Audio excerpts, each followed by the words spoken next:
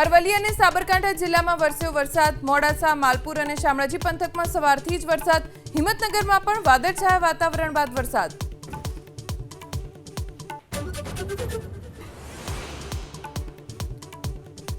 Rajkot crime બ્રાન્ચને મળી સફળતા। અમદાવાદથી બુટલેગર અલ્તાફ 6 આંગળીની ધરપકડ। આજે કોર્ટમાં કરાશે રજૂ।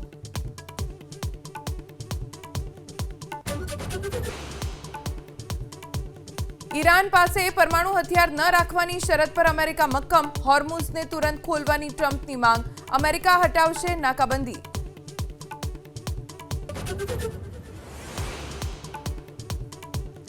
અરવલ્લી અને સાબરકાંઠા જિલ્લામાં વરસ્યો વરસાદ। મોડાસા, માલપુર અને શામળાજી પંથકમાં સવારથી જ વરસાદ। હિંમતનગરમાં પણ વાદળછાયા વાતાવરણ બાદ વરસાદ।